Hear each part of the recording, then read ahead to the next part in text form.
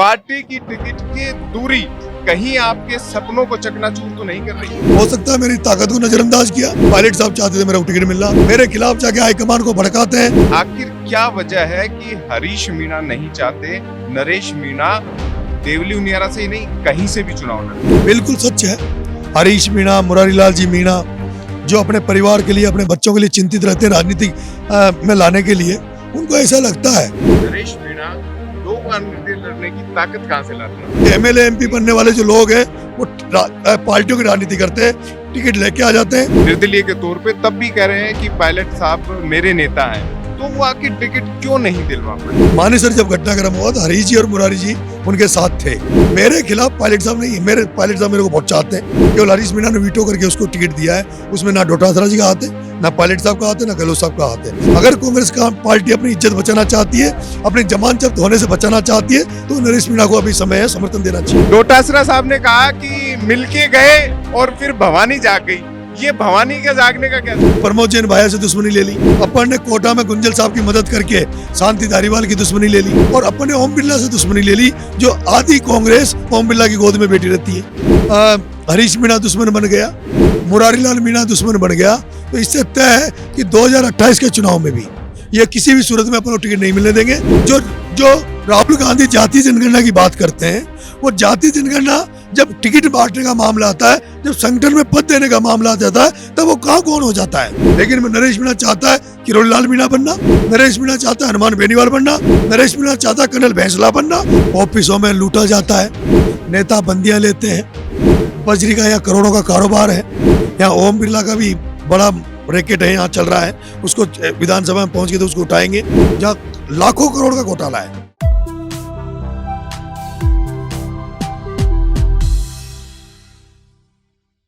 राजस्थान में एक नेता छात्र जीवन से संघर्ष कर रहा है। उन्होंने छबड़ा में विधायकी का सपना देखा और अब देवली उनियारा में देखा। आखिर ऐसी क्या वजह है कि राजनीतिक पार्टियों में होते हुए भी टिकट से दूर है? ये जानने के लिए हम देवली उनियारा पहुंचे और राजकोट गांव के इस श्याम बाबा के मंदिर के नीचे हमें वो नेताजी मिल गए। स्वागत है राजस्थान चौक का। बहुत बहुत धन्यवाद। नरेश जी, जयपुर में हमने आपकी क्रांति देख ली, आपने इस छबड़ा में दिखा दी, अब देवली उनियारा में इतनी रात को ये जनता आपके बीच में है, तो हम सवाल ले आए। कुछ सवाल ये थे कि इस इलाके में जहां नदी बहती है, गन्ने की उपज है, मांग बढ़ गई अचानक से। देखिए, ये देवली उनियारा क्षेत्र है और यहाँ अब तक जो भी एमएलए बने वो क्षेत्र के बाहर के आकर बने हैं वो लोग, और यहाँ जातिगत आधार पर टिकट दिए जाते हैं, जातिगत आधार पर वोटिंग होती है, जातिगत आधार पर ही पार्टियां कैंडिडेट को देखकर चुनती है, और जो कैंडिडेट यहाँ आते हैं वो कोई बिना मेहनत किए केवल इस आधार पे कि हमें हमारी जाति वोट दे देगी, पार्टी के नाम का हमें वोट मिल जाएगा, और उसके बाद वोट लेने के बाद वो जनता के बीच में आते नहीं है। जनता यहाँ बहुत दुखी है, और जैसे अब मैं यहाँ मैदान में उतरा हूँ, जनता का जो सैलाब मेरे साथ है, जनता का जो आशीर्वाद मुझे मिल रहा है, मुझे तो मिल ही रहा है, लेकिन ये जो जनता का मन जो है वो नेताओं से उब चुका है, पार्टियों से उब चुका है, नेताओं से इनको नफरत हो गई है, और यही कारण है। ये जनता परिवर्तन चाहती है, जनता बदलाव चाहती है, जनता दोनों पार्टियों को छोड़ के, दोनों कैंडिडेट जो ऑलरेडी यहाँ से एमएलए रह चुके हैं उनको छोड़कर अब नयापन लाना चाहती है, नए व्यक्ति को मौका। नयापन तो आपने ला दिया है क्योंकि जोश इस वक्त दिख रहा है, लेकिन ये राजनीतिक पार्टी को क्यों नहीं दिखता? आपको कब तक छात्र नेता मानेगी? वो कब मानेगी कि ये व्यक्ति भी विधायक बनने की दौड़ के काबिल है? पार्टी की टिकट की दूरी कहीं आपके सपनों को चकनाचूर तो नहीं कर रही? देखिए, मैंने 2023 में टिकट मांगा था, टिकट पार्टी ने दिया नहीं, और मेरे 44,000 वोट निर्दलीय के रूप में आए थे। शायद अगर पार्टी मुझे टिकट देती तो मैं बड़े मार्जिन से वहाँ चुनाव जीत के आता, लेकिन नहीं दिया। मैं निर्दलीय लड़ा, 44,000 वोट आए। इस बार फिर से मैंने टिकट मांगा। मैंने कहा साहब, मेरी राजस्थान में मैंने 25 साल जो छात्रों और युवाओं के बीच में काम किया है, किसानों के बीच में काम किया है, आप मुझे किसी भी कोने से अगर पार्टी से टिकट दोगे तो मैं सीट निकाल कर लाऊंगा। लेकिन उन्होंने हो सकता है मेरी ताकत को नजरअंदाज किया और मैं मानता हूँ इस बार मेरा जो ये था कि भाई हाईकमान मुझे टिकट देना चाह रही थी, पायलट साहब चाहते थे मेरा टिकट मिलना, लेकिन जो हमारे मीणा समाज विशेषकर जो परिवारवाद की राजनीति करते हैं, वंशवाद की राजनीति करते हैं, जो पैसे की राजनीति कमाने करते हैं, वो लोग जो ब्यूरोक्रेसी से राजनीति में आए हैं, उनको डर लगता है कि नरेश मीणा जिस दिन राजनीति में आ जाएगा हमारे बच्चों के राजनीतिक जीवन पर संकट आ जाएगा। ऐसे में वो लोगों ने वीटो करते हैं, मेरे खिलाफ जाके हाईकमान को भड़काते हैं कि साहब इस व्यक्ति को मौका दे दोगे, चुनाव नहीं जीतेगा, इसके साथ ये केवल सोशल मीडिया का नेता है, इसके साथ कोई आधार नहीं है। 44,000 मत कम नहीं होते, वो भी आपके पहले चुनाव में। फर्स्ट टाइम है, मात्र केवल मैंने 20 दिन वहाँ पे 20 दिन ही काम किया था। यहाँ भी समय तो कम मिल रहा है और यहाँ भी 11वां दिन हुआ है, लेकिन जिस तरह का समर्थन मिल रहा है मुझे लगता है यहाँ पार इस बार पड़ेगी सही। एक बात राजस्थान चौक के दर्शक जानना भी चाहते हैं, जब हमने जयपुर में आपका इंटरव्यू किया और फिर जब आप यहाँ जब टिकट वितरण होने वाली थी, जब धरने पर बैठे थे, तब आपकी बातचीत हमने दिखाई तो नीचे कमेंट आया था कि आखिर क्या वजह है कि हरीश मीणा नहीं चाहते नरेश मीणा देवली उनियारा से ही नहीं कहीं से भी चुनाव लड़े। देखिए ऐसा है, ये ऐसा है क्या? बिल्कुल सच है। हरीश मीणा, मुरारीलाल जी मीणा जो अपने परिवार के लिए, अपने बच्चों के लिए चिंतित रहते हैं राजनीति में लाने के लिए, उनको ऐसा लगता है कि नरेश मीणा जिस दिन विधायक बन गया, नरेश मीणा जिस दिन विधानसभा में चला जाएगा, नरेश मीणा के साथ जो सैकड़ों युवा साथी, आज मैं आपको बताना चाहूंगा मेरे साथ जो छात्र राजनीति में जो लड़के मेरे साथ थे, आज कम से कम 50 लड़के ऐसे हैं जो राजस्थान में पदों पे है, राजनीतिक पदों पे, जो सरपंच हैं, जिला परिषद सदस्य हैं, पंचायत समिति सदस्य हैं। और मेरा मन है ये कि जिस दिन मैं राजस्थान विधानसभा में पहुंचूंगा, मैं मेरे साथ कम से कम 10-20 नए लड़कों को, जिनके माँ बाप एमएलए नहीं है, जिनके माँ बाप मंत्री नहीं रहे, जो लेकिन धरातल से उठ के आते हैं, जो छात्र राजनीति से उठ के आते हैं, उनको मौका दिलाऊं। हमारे यहाँ एक बड़ा हुआ है, जाट समाज में जो छात्र राजनीति से जो लड़के निकले हैं, वो लगभग सबको मौका मिला है। मुकेश भाकर, गावड़िया, आपके साथ की पूरी खेप सेट हो गई। मेरे साथ वाले सारे लोग बने। आपके साथ मैं भी कॉलेज में था, मैं भी अपने राजस्थान चौक के तो चक्कर में पूरा ये है कि नरेश मीणा आखिर कब उस सांचे में फिट होगा। बिल्कुल आप एकदम सही कह रहे हो। जाट समाज में आप देख लो, यादव समाज में आप देख लो, मनीष यादव, ललित यादव, और गुजर समाज में चांदना जी, खुद पायलट साहब 45 साल की उम्र के हैं, क्या बोलते हैं इंदिराज जी, एक शिव प्रकाश को दिया। मतलब हर समाज में एक यूथ जनरेशन आ रही है, लेकिन मीणा समाज में नई जनरेशन नहीं आ रही है। मीणा समाज में यूनिवर्सिटी के 2 अध्यक्ष रहे, मीणा समाज माधोपुर से अध्यक्ष बन के आते हैं, कोटा से आते हैं, दौसा से आते हैं, छात्र संघ के, कई पंचायत राज से नए लड़के निकल के आते हैं। लेकिन उनका जो हमारे जो मीणा समाज में जो सांसद बन गए, जो एमएलए बन गए, एमएलए चाहता है मैं अच्छे व्यक्ति को प्रधान नहीं बनने दूं, मैं सांसद चाहता है मैं मेरे एरिया में 8 कॉन्स्टिट्यूंसी जो होती है उनमें किसी ढंग के व्यक्ति को एमएलए नहीं बनने दूं। कुल मिला के मीणा समाज की जो राजनीति है, जो अच्छे लोग आना चाहते हैं उनकी भ्रूण हत्या करते हैं, उनको राजनीति में आने से पहले ये उनका राजनीति कत्ल कर देते हैं। इसी से जुड़ा सवाल है, नरेश मीणा 2 बार निर्दलीय लड़ने की ताकत कहां से लाते हैं? देखो मैं 25 साल से जनता के बीच में हूँ और मैंने किसानों के लिए संघर्ष किया, छात्रों और युवाओं के लिए किया। आप तो मेरे क्लास साथी रहे, आपने विश्वविद्यालय में देखा होगा, 2006 का वो दिन देखा होगा जब छात्रवृत्तियां यूनिवर्सिटी बंद हो गई थी। मैं 7 दिन तक आमरण अनशन में जयपुर में बैठा था और उस समय 31 करोड़ रुपए मैंने बच्चों को छात्रवृत्ति के दिलाए थे। अभी मैं 12 गया, 12 भी वहाँ एक बड़ा नेता कांग्रेस में था, वो नहीं चाहता था कि 12 में उसके सिवा कोई कांग्रेस में नेता बने। उसने मुझे रोकने का प्रयास किया और मैंने उससे टकराया, जिसका नाम प्रमोद जैन भाया, आपको सब पता है। उसके बावजूद मैंने जिस तरह से वहाँ किसानों की लड़ाई लड़ी, वहाँ किसानों को फसल बीमा के 81 करोड़ रुपए दिलाए, वहाँ किसानों को बिजली की व्यवस्था करवाई, वहाँ किसानों की खाद की व्यवस्था कराई। इन सब चीज़ों को देख के आजकल सोशल मीडिया का जमाना है, आजकल सोशल मीडिया पे हर व्यक्ति का चरित्र दिखता है, आदमी का नेचर दिखता है कि आप किस तरह के हो। और जो जनता आपका बैक देखती है, हिस्ट्री देखती है, उनको लगता है कि ये व्यक्ति में कुछ करने की लालसा है, कुछ करने का इसमें जुनून है, और वो सब ये जब देखती है। और जो आजकल की राजनीति हो गई एसी में बैठने की, मैं आपको ये बताना चाहता हूँ, राजस्थान में 200 एमएलए है, 25 सांसद है, लेकिन आप किसी से पूछोगे तो 10 एमएलए से ज़्यादा किसी का नाम नहीं बता पाएंगे। 25 सांसदों में 2-4 का नाम बता पाएंगे, ज़्यादा का नहीं बता पाएंगे। लेकिन लीडर बहुत कम रह गए। राजस्थान में काउंटेड नेता रहे, आज की तारीख में मैं 2-3 नेता जनता से कनेक्ट लोग कर जी नहीं है। अब ये एमएलए एमपी बनने वाले जो लोग हैं वो पार्टियों की राजनीति करते हैं, टिकट लेके आ जाते हैं। टिकट इसी से जुड़ा हुआ सवाल था, भावुक भी हैं आप, तो वो भावुक पल इसलिए भी हो जाता है कि दर्शकों के सवाल में ज्यादा पूछ रहा हूँ, क्योंकि सोशल मीडिया की आपने बात की और लोग बहुत सारे कमेंट भी आपके लाइव पे करते हैं। उन्होंने कहा सचिन पायलट सक्षम नेता है, नरेश मीणा उनको चाहते हैं, राजनीति जब वो कर रहे हैं निर्दलीय के तौर पे, तब भी कह रहे हैं कि पायलट साहब मेरे नेता हैं, तो वो आखिर टिकट क्यों नहीं दिलवा पाए? देखिए उसमें क्या मजबूरी? देखो अगर कोई घर में पायलट साहब के पूर्वी राजस्थान में 2 नेता उनके टच में हैं, दोनों नेता, उनके जो विपरीत समय था, संकट का समय था, तब दोनों नेता मानेसर उनके साथ गए थे।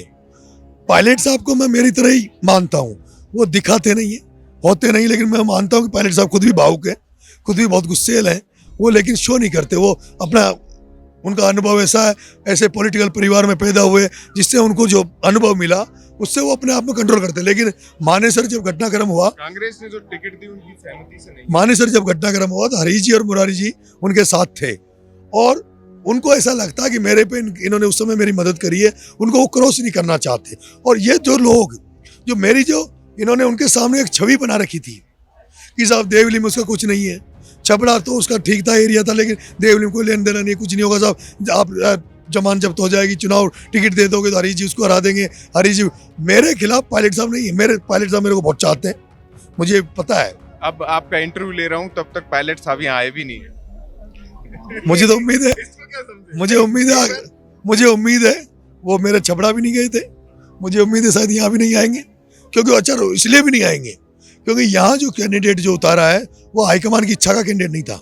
यहाँ का कैंडिडेट केवल हरीश मीणा की इच्छा का कैंडिडेट था, केवल हरीश मीणा ने वीटो करके उसको टिकट दिया है। उसमें ना डोटासरा जी का हाथ है, ना पायलट साहब का हाथ है, ना गहलोत साहब का हाथ है।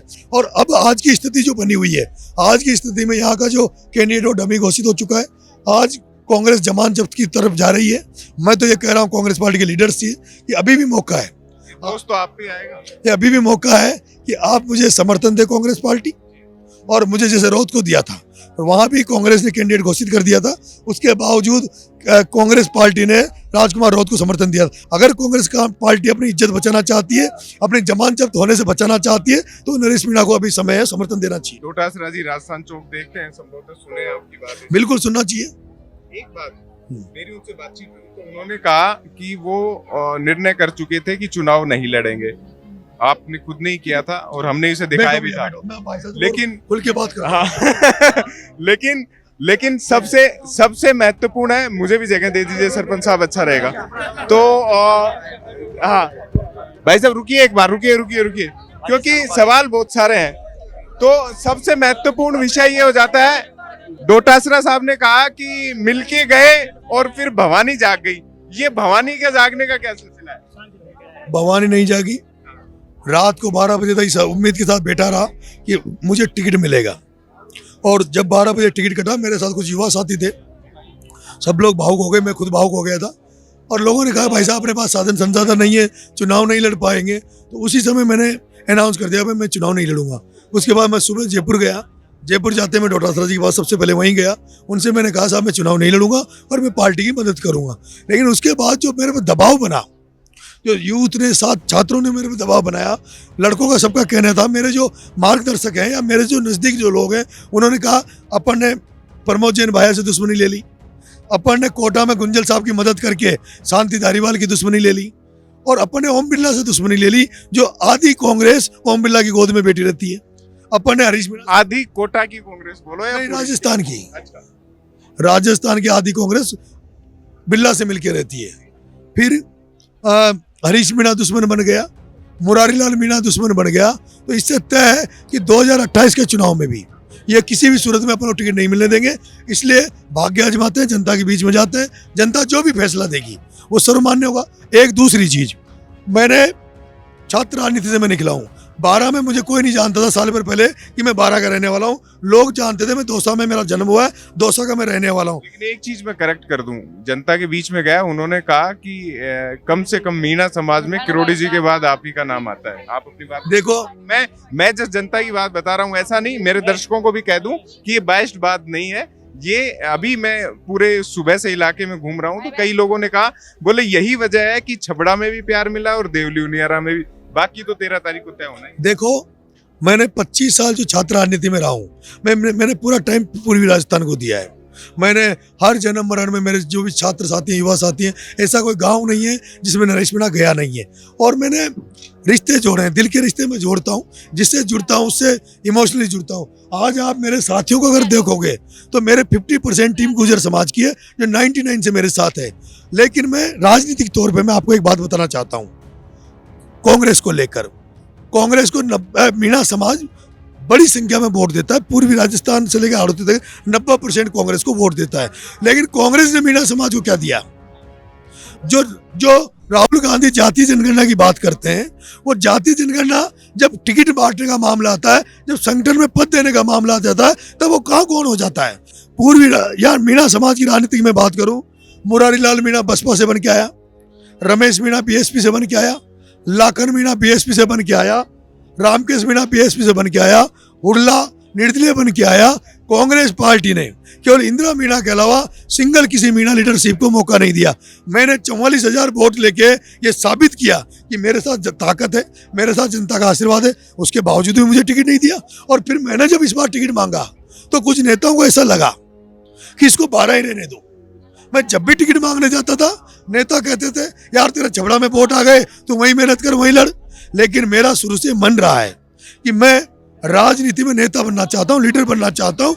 एमएलए बनना तो मैं 2013 में बन जाता, लेकिन मैं नरेश मीणा चाहता है किरोड़ी लाल मीणा बनना, नरेश मीणा चाहता है हनुमान बेनीवाल बनना, नरेश मीणा चाहता है कर्नल भैंसला बनना। ऐसा लीडर बनना जो पूरे राजस्थान में जनता के लिए हितों की रक्षा कर सके, जनता के लिए संघर्ष कर सके। नरेश मीणा एक चीज और चाहता है, एमएलए बनना। ये कोई विशेष वो नहीं है, एमएलए हो सकता है। मैं अगर एमएलए बन भी गया तो कोई गारंटी नहीं मैं 4 साल विधानसभा में जाऊँ नहीं जाऊँ।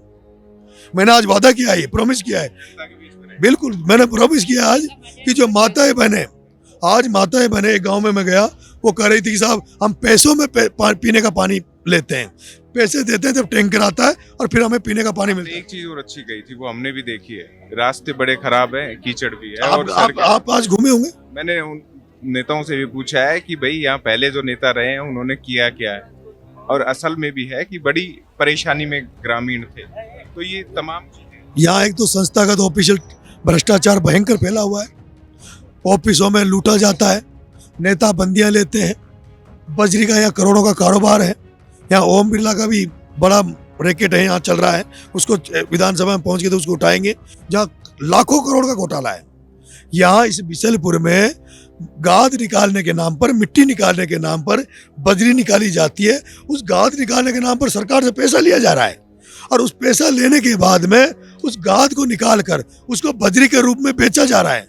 एक तरफ सरकार से पैसा ले रहे हो, दूसरी तरफ उस बजरी को बेच के लाखों करोड़ रुपए कमाने का यहाँ ठेका हुआ है, और वो भी 25 साल का। अगर नरेश मीणा विधानसभा में पहुंचा तो ठीक है, आप उस गाद को निकाल रहे हो, लेकिन वो जो गाद निकल रही है, वो मिट्टी निकल रही है, उसको गवर्नमेंट को जब्त करना चाहिए और गवर्नमेंट को उसको टेंडर देना चाहिए उसको बेचने के लिए। ये एक बड़ा प्रोसेस होगा और संभवतः विधानसभा पहुंचोगे तब उठाओगे, और मुद्दा भी उठा है, महत्वपूर्ण है। एक सवाल आपकी देवली उनियारा की जनता के लिहाज से, वोटिंग के लिहाज से, 3 लाख यहाँ पे सीधी बात है कि मतदाता है, करीब 50-60 हजार SC ST मतदाता है, और करीब 40-45 हजार गुजर मतदाता है। उसके बाद जो मुस्लिम है 20 हजार, ब्राह्मण इतने ही है, तमाम चीजें। खैर जाति की राजनीति नहीं होती, लेकिन मेरा सवाल ये महत्वपूर्ण इसीलिए है कि पार्टी के हिसाब से जब आप पार्टी में, हालांकि अभी भी है, मैंने सवाल पूछा था डोटासरा जी से और बड़ा वायरल भी हुआ, उन्होंने कहा नरेश मीणा की सदस्यता अभी भंग नहीं हुई है, DCC ने भेजा ही नहीं है, हम कैसे करें, वो सदस्य है। तो खैर इसीलिए मैं आपसे कह रहा हूँ, इसीलिए मैं कह रहा हूँ, मैंने आज एक पत्रकार ने मेरे से सवाल पूछा कि अगर आप यहाँ से चुनाव जीतते हो और अगर आपको बीजेपी ऑफर देती है तो आप क्या करोगे। मेरा जवाब था, अगर मैं एमएलए बन जाता हूँ और मुझे बीजेपी भजनलाल जी को हटाकर मुझे अगर मुख्यमंत्री भी बनाए तब भी मैं बीजेपी में नहीं जाऊंगा।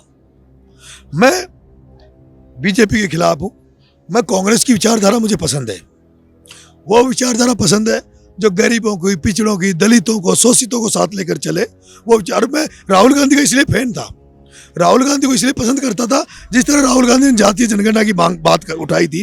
अभी जो राहुल गांधी जिस तरह की बात कर रहे थे, जिस तरह से भारत जोड़ो में काम किया था, लेकिन दुर्भाग्य है कि हमें ऐसा लगता है कि राहुल गांधी के अलावा जो भी कांग्रेस में नेता है, वो कोई कांग्रेसी नेता कांग्रेस, और यही कारण है कि कांग्रेस डूब रही है। मध्य प्रदेश में डूबने का कारण ये रहा, राजस्थान में डूबने का कारण रहा, हरियाणा में डूबने का कारण रहा। अकेला राहुल गांधी कहाँ तक इस कांग्रेस को जिंदा रखे। डोटासरा जी, आपने कहा मेरी जो सदस्यता रद्द नहीं हुई, इसीलिए मैं डोटासरा जी से अभी फिर अपील कर रहा हूँ कि डोटासरा जी, आपकी कांग्रेस का जो कैंडिडेट है वो डमी घोषित हो चुका है, उसके 5-10 हजार वोट आएंगे। अभी समय, आप मुझे समर्थन दें और मैं चुनाव जीत कर आएंगे और बीजेपी को हरा के आएंगे। सवाल उसी पे आ जाता है, सवाल महत्वपूर्ण था। सवाल ये था कि प्रहलाद गुंजल आए और उन्होंने सार्वजनिक तौर पर, बड़ा कम होता है कि कोई राजनेता आए और वो कहे कि यार ये युवा साथी है, जुझारू है, मेरा अपना है, टिकट दो। मांगा, पत्रिका गेट पे आप मौजूद थे और मीडिया ने भी तमाम दिखाया। अब चूंकि पार्टी की बाध्यताएं हैं, भले ही आप सदस्य हैं, डोटरा साजी से कह रहे हैं कि भाई डमी घोषित कर दें, मौका है, लेकिन प्रहलाद गुंजल के असर से गुज्जर कितना वोट देंगे? देखो, ऐसा गुर्जर समाज से मेरा विशेष लगाव है और ये आज का नहीं है, मेरे 15-20 साल से। ये सवाल भी इसलिए है क्योंकि बीजेपी से राजेंद्र गुज्जर लड़ रहे हैं। बिल्कुल गुर्जर समाज से मेरा विशेष लगाव है और पिछले 15 साल से ये सिलसिला है। मैंने पायलट साहब के साथ जी जान से मेहनत की, पायलट साहब के साथ तो मैंने पूरा समर्पण से उनके साथ रहा। गुंजल साहब के चुनाव में मैंने रात दिन मेहनत करी। इसके सिवा मैंने राजस्थान विश्वविद्यालय में भी 2 लड़कियां उपाध्यक्ष बनी गुजर समाज की, आबा गुजर, नेहा गुजर, उनकी भी मैंने मदद करी। और अभी मैं जब देवली उनियारा में घूम रहा हूँ, अब वोट तो देखो आत्मा का होता है, वोट मतदान गुप्त होता है, वो अपनी इच्छा से डलेगा, लेकिन जो गुजर समाज मेरा सम्मान कर रहा है। यहाँ इसके पहले यहाँ इस तरह का चुनाव होता था क्योंकि हमेशा गुजर मीणा को टिकट मिलता था। मीणा कैंडिडेट गुजरों गांव में नहीं जाता था, गुजर कैंडिडेट मीणा गांव में नहीं जाता। ये पहली बार है मेरा प्रत्येक गुजरों के गांव में सम्मान हो रहा है, मुझे घोड़ी पे बिठाया जा रहा है और मुझे आश्वासन दिया जा रहा है कि हम वो मेरे लिए, मतलब मेरे को आशीर्वाद है उनका और मेरे बड़े संख्या में वो मेरी मदद करेंगे। 2 सवाल और लेते हैं, चूंकि चुनावी सभा में जाना है, हालांकि फुर्सत से बात करने के उसमें है, लेकिन सवाल ये कि नरेश मीणा अगर विधायक चुना जाता है तो क्या मीणा नेता मुरारी लाल, हरीश मीणा, 2 का ही नाम ले देता हूं, उन्हें खतरा है? क्या उनकी सामाजिक राजनीति खत्म हो? मेरे से उन सारे नेताओं को खतरा है जो वंशवाद और परिवारवाद की राजनीति करते हैं। मैं जो भी व्यक्ति परिवारवाद वंशवाद की राजनीति करेगा, ठीक है, अभी जैसे पायलट साहब हैं, राजेश जी पायलट साहब के बेटे थे, लेकिन पायलट साहब ने खुद के कार्यशैली से खुद ने लोगों को प्रभावित किया, सांसद बने, मंत्री बने और आज उनकी जिस तरह से फैंस फॉलोइंग, ज्योतिरादित्य सिंधिया आए, लेकिन जिन नेताओं के बच्चों ने कुछ किया ही नहीं और वो डायरेक्ट टिकट लेकर समाज में आ जाए। हमारे एक तो नेताओं के परिवारवाद से हमारा समाज परेशान है, दूसरा जो ब्यूरोक्रेसी में जो लोग हैं, जो हमारे समाज की एक बड़ी विडंबना है कि लोग बड़े अधिकारी बनते हैं, पैसा लेके, सबके लिए नहीं कह रहा लेकिन ज्यादातर 90% के ऊपर अधिकारी पैसा लेके दहेज में शादियां करते हैं, बड़ी रकम लेते हैं, उसके बाद नौकरी करते हैं, वहां गलत तरीके से पैसा कमाते हैं और रिटायर्ड होके, और जब वो आते हैं, वो रिटायर्ड होने के बाद में उनका एक ही इच्छा रहती है कि हम जाके गांव में चुनाव लड़े, सरपंच बने, एमएलए बने। मैं उन सबके खिलाफ हूँ। मैं चाहता हूँ मीणा समाज में, जैसे जाट समाज में, यादव समाज में, गुर्जर समाज, अन्य समाजों में जिस तरह से नई राजनीति आ रही है, मीणा समाज में नई राजनीति आनी चाहिए, नए लोगों को मौका मिलना चाहिए। अंतिम सवाल, हम हारे के सहारा मंदिर की सीढ़ियों पर बैठे हैं, आपने जनसभा में भी आप लगातार कह रहे हो कि हो गई है पीर पर्वत सी पिघलनी चाहिए, पिघलेगी? बिल्कुल पिघलेगी सर, बिल्कुल पिघलेगी। जब नेताओं से, पार्टियों से विश्वास खत्म हो गया था, और ये परंपरा है, जब आदमी बहुत टेंशन में हो, बहुत परेशान हो, तो ईश्वर के दरबार में जाता है। इस बार जब मुझे लगा मुझे होपलेस हो गया था, तो बाबा साहब के, बाबा खाटू के दरबार में गया, वहाँ रात रुका और वहीं ढोक देकर वहीं अर्जी लगा के आया हूँ कि बाबा मेरे पर कृपा करो और मुझे मौका दो। अगर मैं बनता हूँ तो मैं पैदल नंगे पैर, जहाँ भी मेरा उस समय तो ये भी तय नहीं था कि मैं यहाँ से चुनाव लड़ूँ, तो उस समय मैंने तय कर रखा था कि मैं दोनों जगह चुनाव लड़ूँ, लेकिन बाद में मेरे युवा साथियों ने कहा कि भाई अपन एक ही जगह चुनाव लड़ेंगे, देवली उनियारा। अब देवली उनियारा चुनाव लड़ रहा हूँ और मैंने अर्जी लगा के आया था, तो जैसे टोंक में काउंटिंग हो गई, अगर ईश्वर मेरे पे मदद होगा, जनता का आशीर्वाद मिलेगा, तो मैं नंगे पैर पैदल बाबा खाटू श्याम के दरबार में जाऊंगा, ढोक लगाऊंगा और फिर उनसे वापस शक्ति मांगूंगा, उनसे प्रार्थना करूंगा कि मुझे ताकत दे, मुझे एनर्जी दे। जिस तरह से मैं अब तक लोगों के लिए काम करता हूं, उससे डबल एनर्जी के साथ मैं जनता की सेवा कर सकूं, किसानों की सेवा कर सकता हूं, शोषितों की सेवा कर सकूं, पिछड़ों की सेवा कर सकूं, ग्रामीण व्यक्तियों की सेवा कर सकूं। ये मेरे को ताकत दे और ताकि मैं आगे बढ़ सकूं। तो ये थे नरेश मीणा। हम राजकोट गांव में है, देवली उनियारा में चुनावी माहौल इन्होंने बना दिया है और ये बेहद कम होता है जब कोई विद्रोही नायक बनकर सामने आए। खैर 13 नवंबर मतदान का दिन है। राजस्थान चौक हमेशा कहता है लोकतांत्रिक अधिकार है, उपयोग कीजिएगा और निष्पक्ष तौर पर कीजिएगा। वीडियो जर्नलिस्ट सुरेश शर्मा के साथ अंकित तिवारी, राजस्थान चौक, देवली उनियारा। मैं पूरे देश और प्रदेश और राजस्थान के सभी लोगों को हार्दिक बधाई और शुभकामनाएं देता हूं इस पावन पर्व दीपावली पर। प्रदेश के सभी व्यापार उद्योग जगत के लिए दीपावली के हार्दिक शुभकामनाएं और बधाई। महालक्ष्मी की कृपा आप सब पे बनी रहे। सभी प्रदेशवासियों को राजस्थान प्रदेश कांग्रेस कमेटी ओबीसी विभाग की तरफ से दीपावली की हार्दिक शुभकामनाएं। आने वाला वर्ष आपके लिए मंगलमय हो।